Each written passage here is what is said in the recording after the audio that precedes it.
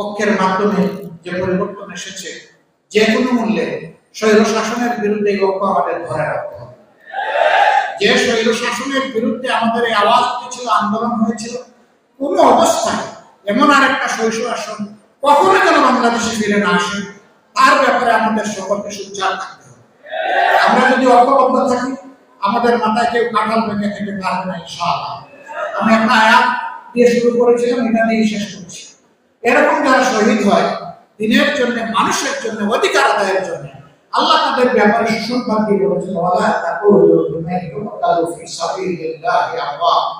আওয়ামী লীগ তো 15.5 বছর ক্ষমতায় ছিল, আসলে তারা 17.5 বছরের ছিল। তারা 2006 সালের 28 অক্টোবর আওয়ামী লীগের নেত্রী শেখ হাসিনার নির্দেশে পল্টন সহ সারা দেশে লগি বইটার তাণ্ডব চালিয়ে শখানেক মানুষকে তারা হত্যা করেছে। ফ্যাসিজমের সূত্রপাত ওখানেই হয়েছিল, স্বৈরতন্ত্রের পদধ্বনি ওখান থেকে এসেছিল। তারপরে আপনারা দেখেছেন 2009 সালের 10 জানুয়ারি ক্ষমতা আসার পরে তারা রাষ্ট্রের গর্বিত প্রতিষ্ঠান সেনাবাহিনীর কবরে আঘাত দিয়েছে। এখানে বিডিআর সদর দপ্তরে 14 জন চৌকস দেশপ্রেমিক সামরিক অফিসারকে হত্যা করেছে। পরিবারের মহিলা সদস্যকে নির্যাতিত, লাঞ্ছিত করেছে। তারপরে তাদেরকে হত্যা করে ড্রেনে ভাসিয়ে দিয়েছে। সেই হত্যাকাণ্ডের বিচার আজও হয়নি। অথচ বলি হয়ে সেনাবাহিনীর কবর ভেঙে দেওয়া হয়েছিল, সেনাবাহিনীকে তাদের দায়িত্ব পালন করতে দেওয়া হয়নি।